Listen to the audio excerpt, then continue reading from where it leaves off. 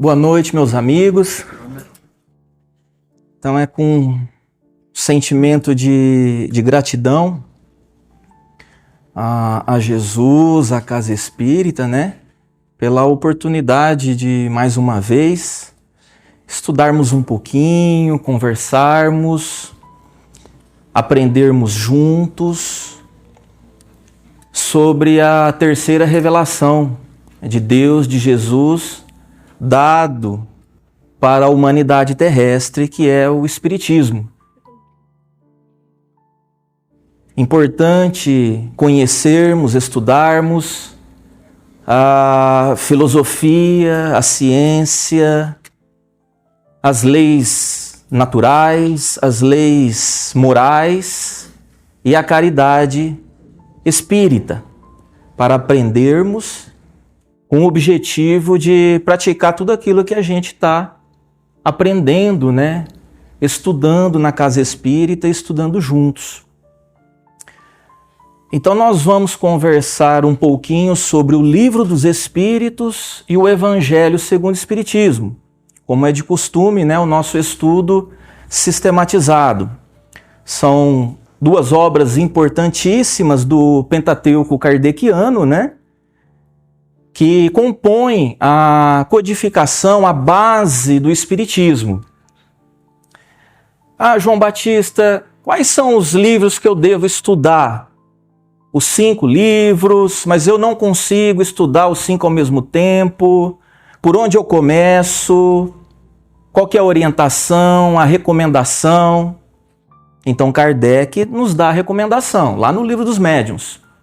A gente começa pelo Livro dos Espíritos, que é a base. As demais obras são uma espécie de desdobramento do Livro dos Espíritos. É um livro muito bem codificado, organizado, pelo codificador Allan Kardec. São 1019 questões, né, que abordam aí todas as circunstâncias no que diz respeito ao mundo espiritual e a sua relação com o mundo corporal. Então esse livro é importantíssimo.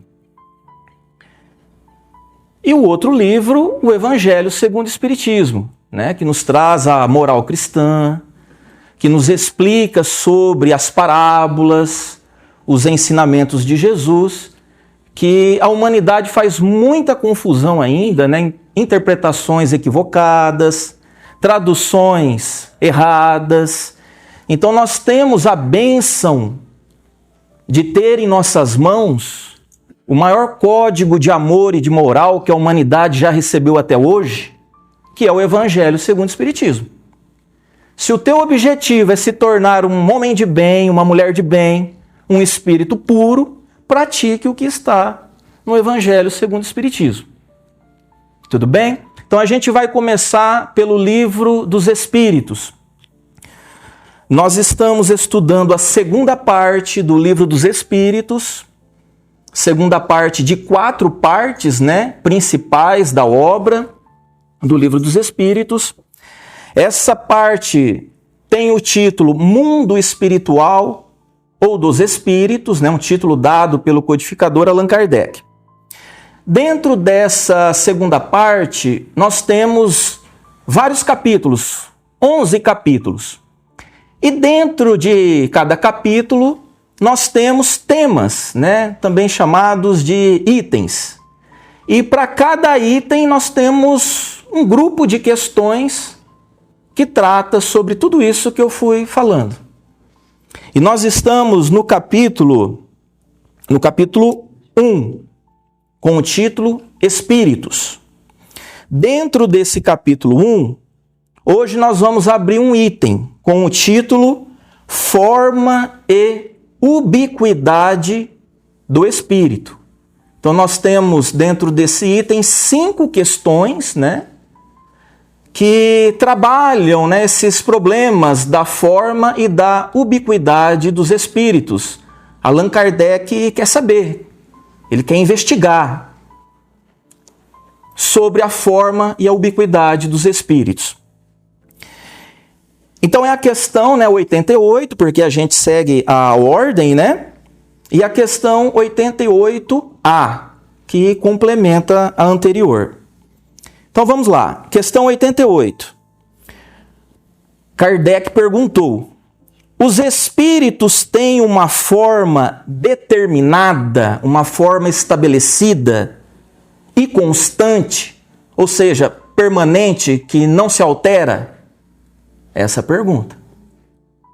Kardec perguntando para os espíritos superiores. Os espíritos têm uma forma determinada e constante, que não altera? Forma. Nosso mundo corpóreo, né, os nossos sentidos, para nós, tudo tem forma. É o aspecto visual das coisas, dos seres. Então, essa aqui é a forma de uma mesa, a forma de um copo, a forma de um corpo humano. Então, para nós, tudo tem forma. Isso é forma. E ele pergunta, falando um pouquinho sobre a ubiquidade. Ubiquidade é a faculdade ou a característica de algo existir em vários lugares ao mesmo tempo. Isso é ubiquidade. Então, dentro desse item, né, Kardec vai trabalhar esse problema também, essa questão. Então, alguém pode estar em mais de um local ao mesmo tempo, existindo ou se dividindo? Nós vamos aprender também no decorrer das semanas com essas questões. Bom, gente, então, os espíritos vão responder assim, né? Os espíritos têm uma forma determinada e constante? Aos vossos olhos, não. Aos nossos, sim. Por que os espíritos estão dizendo aos vossos olhos não e aos nossos sim? Porque nós espíritos encarnados, nós estamos submetidos aos sentidos do corpo físico, que são limitados. No plano espiritual, onde estão os espíritos desencarnados, eles possuem todos os sentidos, estão libertos do corpo físico, liberto da matéria, desse limite de sentidos. Por isso que os espíritos colocam para nós dessa maneira. Aos vossos olhos, não. Eles não têm, os espíritos não têm uma forma determinada e constante. Aos nossos olhos, sim, lá no plano espiritual. Então, lá no plano espiritual, os espíritos têm uma forma determinada e uma forma constante. Tudo bem? Então, vamos para o 88A, para a gente complementar essa questão aqui. Kardec continua, né? Ele perguntou primeiro sobre a forma, sobre ubiquidade, e agora ele vai perguntar se o espírito tem cor. Se o espírito tem cor. E eles vão dizer assim: para vós, mais uma vez, para vós, não para eles, para nós que estamos encarnados. Para vós, ela, né, a cor, varia do escuro ao brilho do rubi, conforme o espírito seja mais ou menos puro. Então, mais uma vez, é importante a gente entender isso. Os espíritos estão usando de substantivos que nós conhecemos aqui no mundo corpóreo. Escuro nós conhecemos e o rubi também nós conhecemos, né? Aquele vermelho transparente. Então, eles estão dizendo, ó, para vós, né, o espírito, a cor do espírito varia do escuro, né, que seriam aqueles espíritos mais trevosos, ao rubi, que seriam aqueles espíritos mais puros, mais evoluídos. Então, gente, assim, para a gente fechar as questões aqui do Livro dos Espíritos, quem tiver muito curioso para saber qual que é a forma do Espírito lá no plano espiritual, né? Que vamos dizer assim, a nossa vida verdadeira. Quem quiser saber sobre a cor dos espíritos lá no plano espiritual, porque aqui, como nós aprendemos, nós estamos subordinados aos nossos sentidos físicos. Aí, meus amigos, é só desencarnando. Tá, Leda? Então, quem tiver muito curioso, né? Aí precisa desencarnar para conhecer a forma do espírito, para conhecer a cor do espírito. E você desencarnando, vai acontecer um fenômeno assim. Ou você vai ver mais espíritos trevosos, ou você vai ver mais espíritos iluminados. De acordo com o teu grau evolutivo, de acordo com a tua purificação. Gente, essas eram as questões do Livro dos Espíritos. Se ficou alguma dúvida, a gente tira no final da nossa reunião. Então, indo para o Evangelho segundo o Espiritismo, nós estamos no capítulo 24. Não ponhais a candeia debaixo do alqueire. Nós iniciamos o capítulo na semana passada. E o item que nós vamos conversar aqui um pouquinho, né, se chama Não procureis os gentios. Tá bom? Então, títulos dados pelo codificador Allan Kardec. Não ponhais a candeia debaixo do alqueire, né? Um ensinamento do nosso Senhor Jesus Cristo, importantíssimo ao ponto do codificador Allan Kardec colocar no Evangelho segundo o Espiritismo para os nossos estudos, para o nosso aprendizado. Então vamos falar, não procureis os gentios. Jesus, ele reúne os 12 apóstolos. E o Cristo de Deus dá poderes aos 12 apóstolos para expulsarem espíritos malignos, espíritos obsessores. Jesus dá aos 12 apóstolos poderes para curarem todas as enfermidades e todo o mal. E depois, Jesus dá a eles uma missão e uma orientação. Então, Jesus diz assim aos seus 12 apóstolos: vão e divulguem a boa nova. Vão e divulguem que o reino de Deus está próximo. Vão, divulguem o amor. Vão, divulguem o perdão. Divulguem a caridade. Vão, meus apóstolos, divulguem a boa nova. Mas evitem os gentios e não entrem nas cidades dos samaritanos. Vão e busquem primeiro as ovelhas desgarradas de Israel. Então esse é um fato histórico que aconteceu. E dessa missão, dessa orientação que Jesus deu aos seus 12 apóstolos, nós, com o suporte do Evangelho segundo o Espiritismo, do codificador Allan Kardec, nós vamos aqui tentar abstrair alguma coisa desse acontecimento, né? Aprender algo para nós, para praticarmos na prática.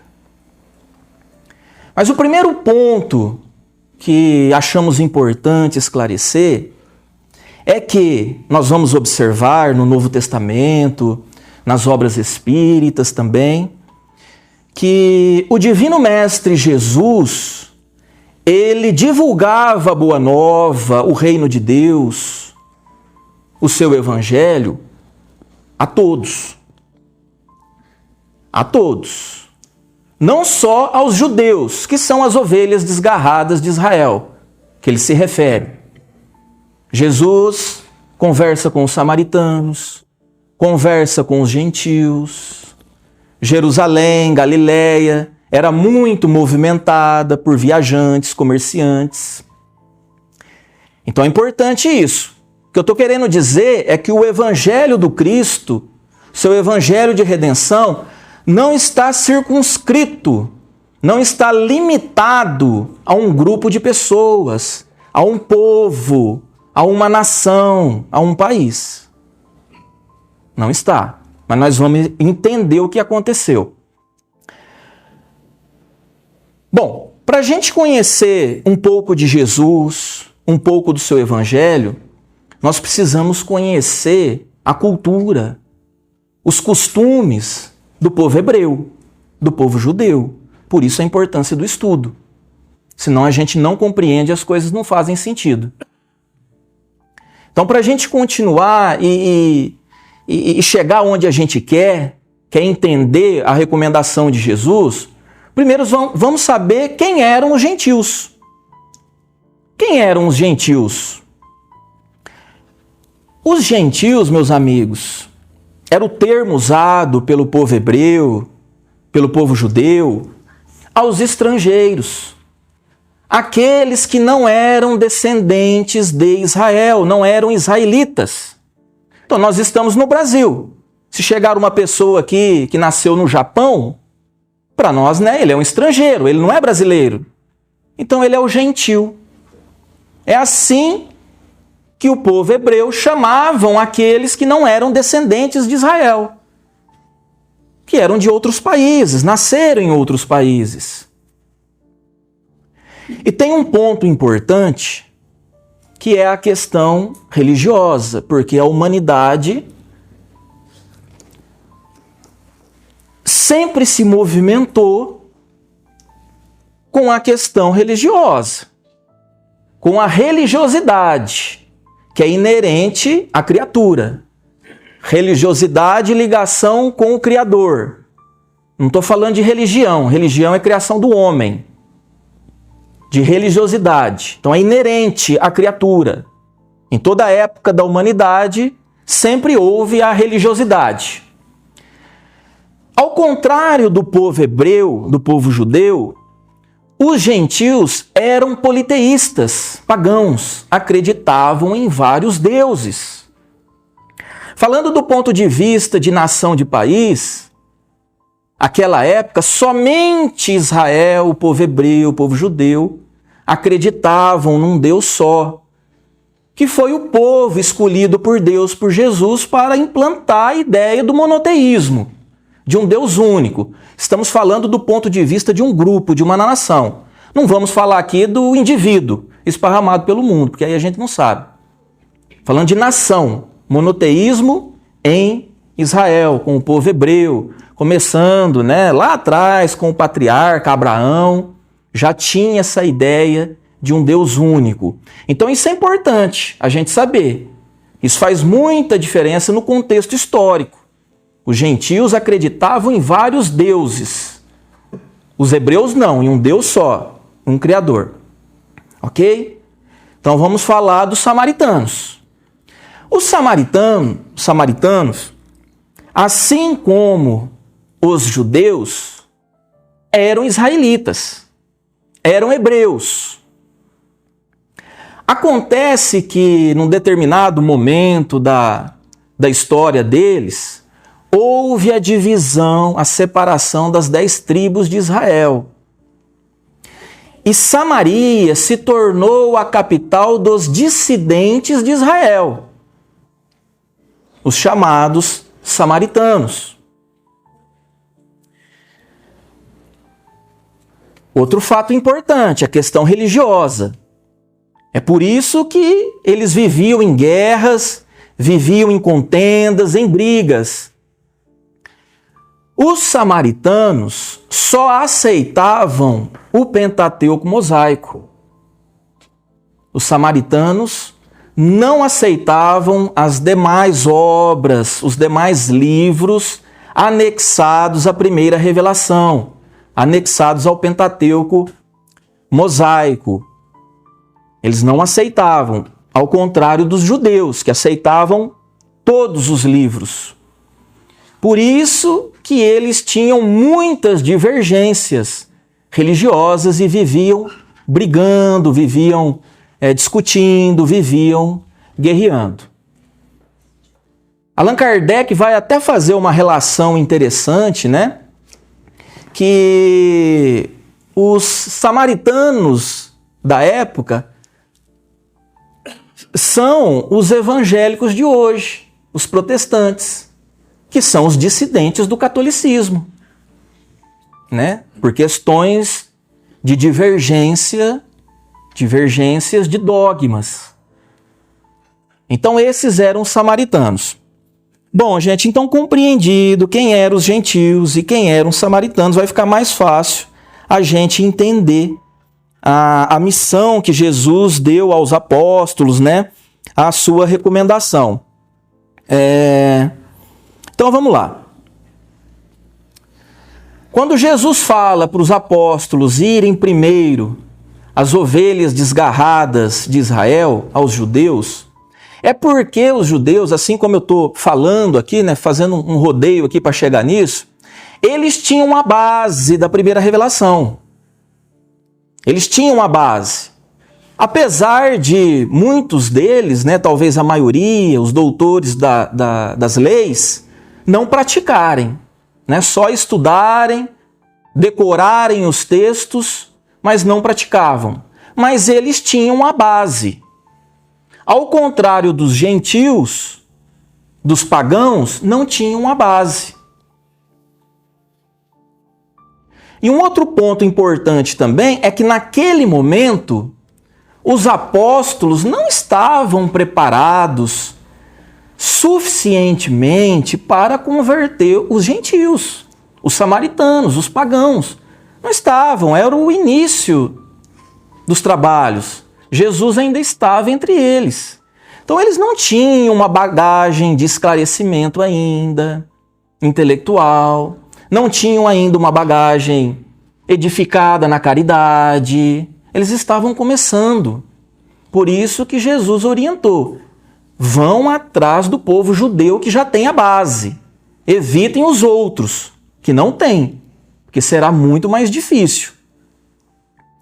Mas nós sabemos, né, através do Novo Testamento, das obras, que mais tarde, esses mesmos apóstolos, com exceção de Judas, com uma bagagem mais esclarecida, compreendendo mais o Evangelho de Jesus, trabalhando na caridade, na Casa do Caminho, em Jerusalém. Então, mais tarde, no decorrer dos anos, os apóstolos mais preparados foram, sim, todos eles saíram, foram para outros países, né? Atrás dos pagãos, dos politeístas, divulgar o Evangelho de Jesus, o reino de Deus, o amor. E nós destacamos Paulo de Tarso, né, que ficou conhecido como o apóstolo dos gentios, que teve muito êxito, né? Paulo estudou muito, né? Paulo Estevão, nessa obra magnífica, nós encontramos nos textos, né, que Paulo lia os textos de Mateus, né? Então Paulo estudou muito o Evangelho de Jesus. Paulo era muito diferenciado intelectualmente. Então Jesus usou ele como instrumento para levar o seu evangelho em outras nações, aos pagãos. Então Paulo de Tarso teve muito êxito com os gentios. Bom, gente, então essa é a explicação que eu queria dar, né, sobre essa missão que Jesus deu e o porquê dessa recomendação. Agora, o que isso é importante para nós? O que nós podemos aprender de tudo isso que eu estou falando até agora, né? Dos apóstolos, da missão que Jesus deu a eles de levarem a boa nova, da recomendação de evitarem os incrédulos. O que nós, espíritas, podemos aprender com isso? Então a gente vai tentar aqui fazer uma reflexão que eu pensei para nós, para ver se a gente consegue aprender alguma coisinha. Então vamos fazer uma analogia, vamos imaginar, todos nós aqui vamos imaginar que Allan Kardec, o codificador do Espiritismo, aparecesse aqui no Tio Zeca, em espírito materializado, um agênere, aparecesse aqui agora. Todo mundo vendo Kardec. Vamos imaginar? Todo mundo vendo o codificador Allan Kardec aqui? Aí Kardec vai dizer assim para nós, uma analogia com o que a gente falou até agora. Kardec vai dizer assim: espíritas do Tio Zeca, vão e divulguem o Espiritismo. Espíritas do Tio Zeca, vão, divulguem a filosofia, a ciência, as leis morais, a caridade espírita. Vão, espíritas, divulguem. Vão e divulguem que a morte não existe. Vão e divulguem que o céu e o inferno não existe. Vão, espíritas do Tio Zeca, divulguem que nós somos espíritos imortais e que fazemos parte de uma família universal. Divulguem que nós estamos num processo de progresso e evolução espiritual, fadados ao amor, condenados a sermos felizes um dia. Vão, espíritas do Tio Zeca, e divulguem. Mas tem uma recomendação para vocês. Vão e divulguem aos espíritas desgarrados do espiritismo.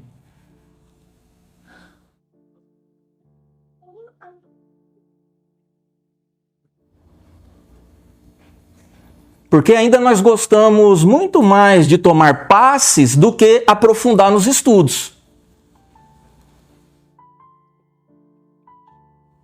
E Kardec vai dizer assim: evitem os incrédulos do espiritismo. Evitem os adeptos do materialismo, da doutrina materialista. Espíritas, evitem os perseguidores, os caluniadores do espiritismo. Evitem estes. Vão divulgar o espiritismo, o evangelho, para os espíritas desgarrados do espiritismo, que são muitos. Por quê? Porque eles já têm a base. Já têm a base.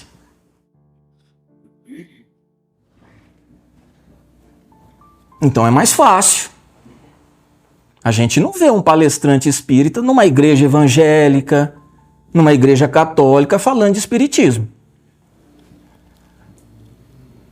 E o outro ponto, fazendo também uma analogia, né, com Jesus e os apóstolos, é que a maioria de nós espíritas, todos nós, porque todos nós conversamos, não estamos preparados para converter os incrédulos do espiritismo. Nós ainda não temos bagagem de esclarecimento, de conhecimento e de edificação na caridade. Se tiver alguém aqui, gente, tá? Não é para você que eu estou falando. Eu estou falando para a Bruna. Nós ainda não estamos preparados, assim como os apóstolos no início. E para estar preparado, demanda esforço, demanda trabalho.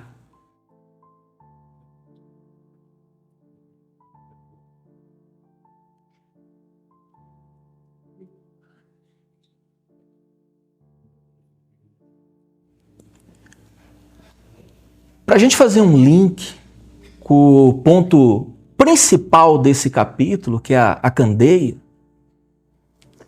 para a gente encaminhar para o nosso encerramento, nós somos a candeia dentro da simbologia do ensinamento do Cristo. Então, assim, já passou da hora. Nós estamos muito atrasados. Nós precisamos irradiar a nossa luz, a luz da candeia. Porque todos nós temos luz. A gente ainda não descobriu, mas nós temos. Gente, nós não somos pouca coisa. Nós somos filhos de Deus. É que a gente não se deu conta disso ainda. Então nós precisamos irradiar a nossa luz em todos os ambientes em que estejamos. Mas veja, irradiar a nossa luz, a luz da candeia, não é entrar num processo de proselitismo, de palestras sistemáticas na cabeça das outras pessoas, constrangendo familiares, amigos, os vizinhos, os opositores do Espiritismo. Não é isso. A luz da candeia é o trabalho, é o auxílio, é o amor ao próximo. Nós precisamos do conhecimento, é importante. Mas a luz que nós devemos irradiar é o amor ao próximo. Nós somos irmãos. E cada um de nós temos a nossa luz específica nessa programação reencarnatória. Cada um de nós. Então essa luz, ela precisa iluminar as pessoas que estão à nossa volta. Outra coisa, uma luz solitária não serve absolutamente para nada. Então vamos imaginar que você tem um dom, seja ele qual for. Todos nós temos talentos, dons, todos nós. Então vamos imaginar um exemplo de muitos que poderíamos dar, que o seu dom é o conhecimento. A sua luz é o conhecimento. E aí você guarda, num gesto de egoísmo, esse conhecimento só para você. Você não está iluminando ninguém. A sua luz não serve para nada.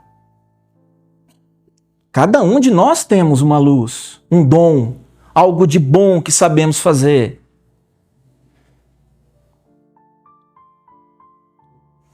Então precisamos irradiar a nossa luz.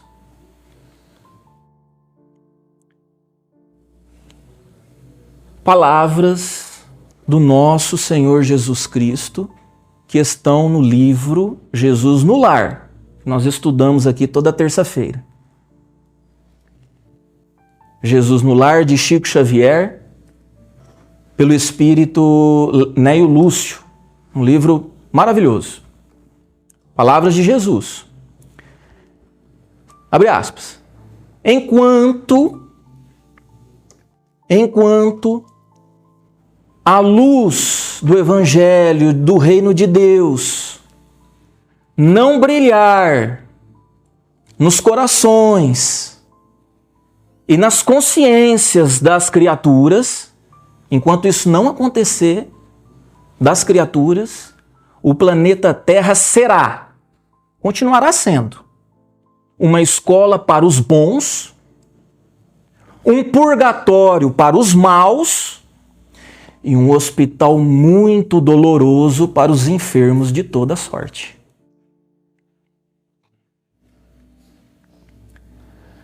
Ai da ambição do mundo, ai da vaidade, que se mergulham sob a noite escura, noite de dor que além da sepultura nos afasta da vida e da verdade.